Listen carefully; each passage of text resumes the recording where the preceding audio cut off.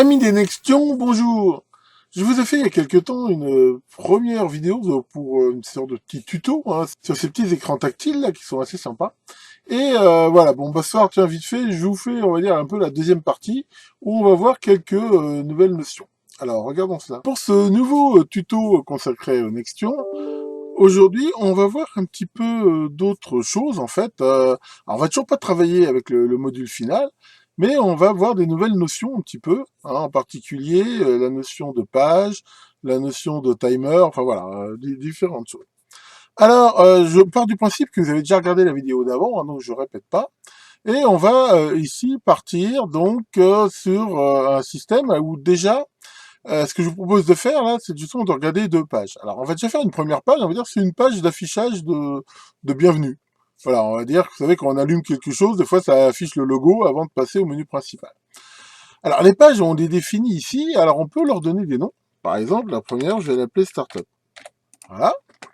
Et à l'intérieur de cette page, donc je joue que quand ça démarre, ça m'affiche pendant un certain temps mon logo. Alors là, bien qu'on va pas vraiment beaucoup parler des images ici, on va quand même en utiliser une. Alors les images, ça marche comme les fontes. On va importer dans le projet toutes les images qu'on va utiliser. Alors pour faire ça,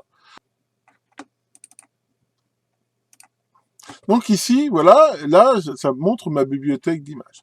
Donc pour afficher cette image ici dans ma page de startup, qu'est-ce que je vais faire? Je vais ajouter un objet de type picture, voilà.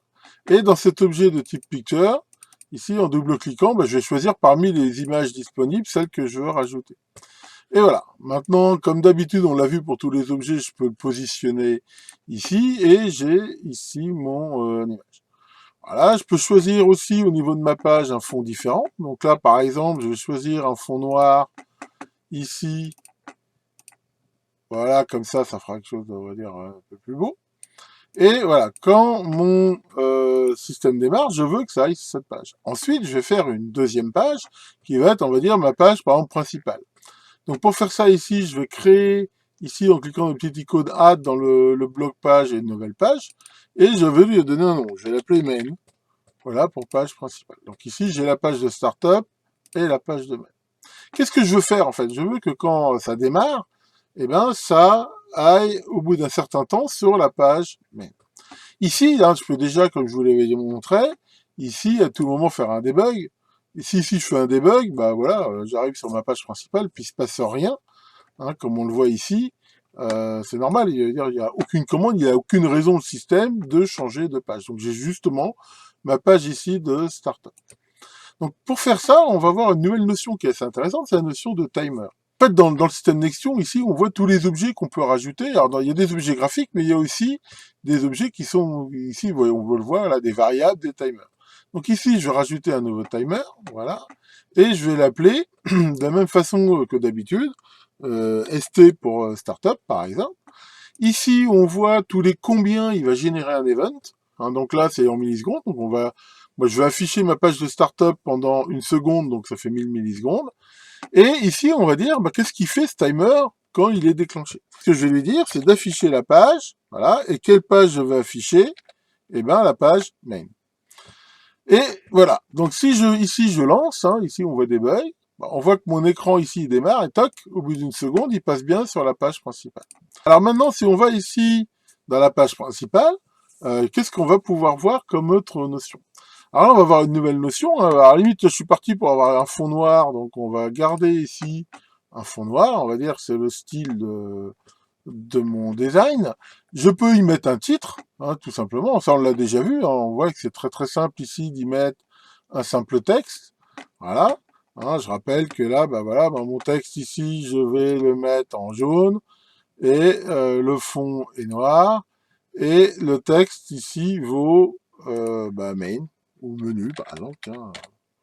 Voilà, donc ça c'est ici le titre. Mais si c'est un objet purement statique, eh ben je peux le laisser comme ça, il n'y a rien à changer. Alors ce que je vais vous montrer maintenant, c'est justement comment un petit peu on peut interagir avec les objets. Dans les interfaces, il y en a de différents types. Une qui est intéressante, c'est ce qu'ils appellent la jauge. La jauge, c'est quoi? C'est une aiguille, en fait, hein, qui est centrée ici, et qui permet de prendre tous les angles de 0 à 360. Alors là, par exemple, on peut changer aussi la couleur du fond, par exemple. On peut changer la couleur de l'aiguille. Par exemple, je vais aussi prendre une aiguille jaune. Et on verra plus tard que ça, c'est surtout destiné à venir sur une image où, par exemple, il y a le dessin d'un compteur pour le faire. Mais pour l'instant, on va faire marcher comme ça. Comme tous les autres objets ici, il y a un nom. Donc là, moi, je vais l'appeler radar, tiens, pour rigoler. Voilà, ici. Et ce radar, on peut donc faire varier sa position ici automatiquement en changeant son paramètre ici valeur. Wide, je pense que c'est l'épaisseur du trait. Voilà. Alors, ce qu'on va faire maintenant pour faire ça, ben, on va voir un autre objet là, c'est intéressant, qui va être l'objet slider. Et l'objet slider, en gros, c'est justement un curseur. Hein, voilà, une fois qu'on en a fait un. Et ce que je veux faire ici, c'est que quand je bouge ici ce curseur, eh ben, ça va bouger ici la position ici de mon radar. Alors, c'est pareil, ce slider, je vais plutôt l'appeler slide, tiens, on peut lui donner après tous les noms qu'on veut. La valeur du radar va de 0 à 160, et de la même façon ici, les sliders, on peut donner quelle est leur valeur minimum maximum. Donc là, la valeur maximum, bah, ça va être 360, la valeur minimum, ça va être 0, la valeur par défaut, on va dire que ça démarre au milieu, donc 180, voilà. Ici. Et donc, ce que je veux, c'est que quand je bouge ici le slider, ça fait le radar. Là, si je fais essayer, voilà, on voit que j'ai bien ma page de démarrage pendant une seconde. J'arrive ici, mais mon slider, c'est normal, il fait rien bouger du tout. Pour faire ça, qu'est-ce que je vais faire? Eh ben, je peux faire ici intercepter différents événements. Et ici, l'événement que je veux faire quand je bouge ici, ben, c'est changer la valeur de radar. Donc, rappelez-vous comment on fait. On va faire radar.val est égal à slide.val.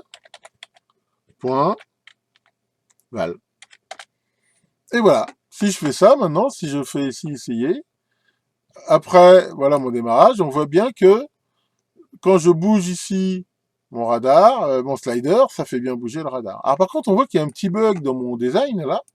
Et ce petit bug là, c'est quoi? C'est que quand je démarre, hein, vous voyez, quand je fais debug ici, eh ben, il n'est pas à jour mon radar. En fait, pourquoi? Parce que bah, je ne mets à jour que quand ça bouge. Donc là, ce que j'aurais intérêt à faire, ce qui serait assez logique, c'est à initialiser la position de mon radar sur celle du slider. Par exemple, hein. Après on peut changer différentes choses. Alors là, on va voir que dans une des façons de le faire, c'est que dans les pages ici, pareil, on a la main pour mettre différents événements. Par exemple, je peux lui dire ici, eh ben, dès le début, de faire en fait le même code hein, que j'ai ici sur mon slider, c'est-à-dire d'égaliser le radar sur le slider, eh ben, je peux le mettre sur l'event ici de la fenêtre post-initialize, ici, exactement le même code. Ce qui fait que maintenant, voilà, si je refais ici debug, toc, voilà, là on voit qu'il est bien mis dès le départ et que je peux ici le changer.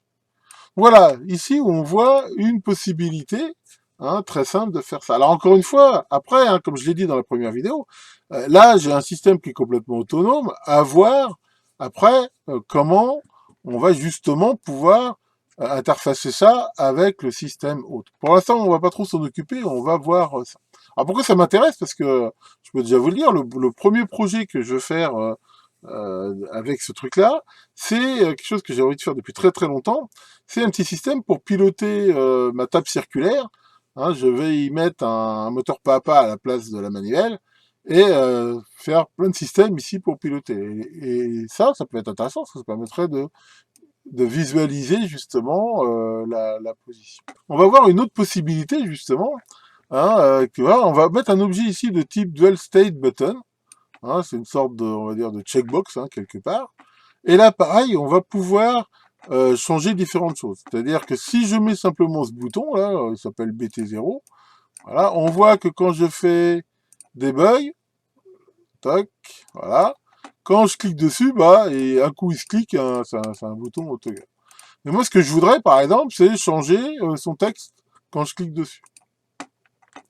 Donc là, je peux choisir son texte. Et pareil, on voit que là, quand je peux mettre du code dessus, quand on lâche la touche ou quand on la met.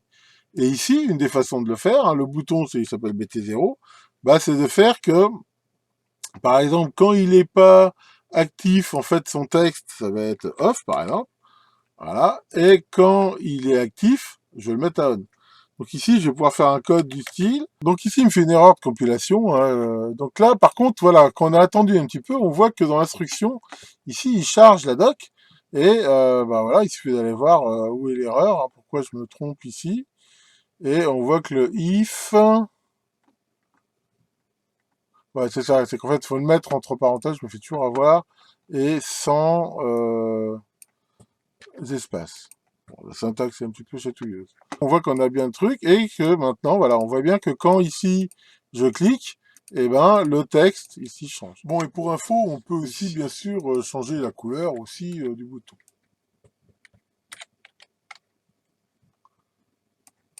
Et voilà, ici, on voit bien le truc ici. Donc là, ça commence à devenir un petit peu long. Donc pour terminer, on va voir un autre truc qu'on peut faire avec les timers. Justement, on va faire un clignotement. C'est-à-dire que ce que je veux, moi, c'est que quand mon truc est en route, eh ben, il y a une alarme qui clignote quelque part. Donc pour faire ça, voilà, je vais faire un nouveau type de texte là.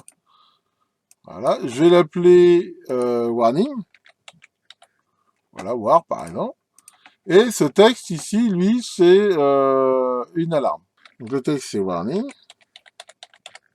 Et ici, on peut faire que par défaut, il est en fond noir et avec un texte gris, par exemple. Hein, voilà. C'est-à-dire qu'en fait, on va dire que quand il est comme ça, c'est qu'il n'est pas activé. Et on va faire que donc quand ici, ça c'est activé, et on va le faire clignoter. Alors pour faire ça, on va faire quoi? On va faire un nouveau timer ici. Voilà. Et lui, je vais l'appeler, par exemple, BLK, hein, pour Blink. Voilà. Et lui, on va le faire, par exemple, toutes les 400 millisecondes, pourquoi pas. Et donc là, ici, le code qu'on va faire, si le bouton ici est off, donc on laisse le warning exactement comme il est, et sinon, donc on va le faire changer d'état à chaque fois. Donc là, on va pouvoir faire un else.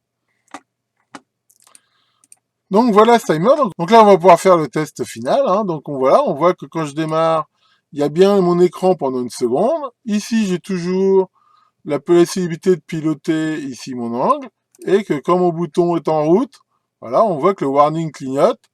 Voilà, et que quand je clique dessus. Donc voilà pour ce nouveau tuto, on voit encore hein, toutes les possibilités assez sympas de ces petits écrans. J'en ferai sans doute d'autres, hein, je sais pas quand. Au fur et à mesure, hein, c'est vrai que j'ai beaucoup de projets, de trucs. Et Maurice, qu'est-ce que tu fais avec ces sons d'oscilloscope? Oui, il y a un nouvel oscilloscope. Ah oui, je vais bientôt avoir le plaisir de vous montrer encore un nouveau modèle d'oscilloscope sympathique. Mais attends un peu, de toute façon, je t'ai déjà dit de pas toucher à ça. Hein, t'es beaucoup trop bête pour t'en servir. Oh bah, dis donc. Oui, t'es bête. Et moitié violent, lui. Bouge pas, tu vois, ta mise à jour, ça va te calmer.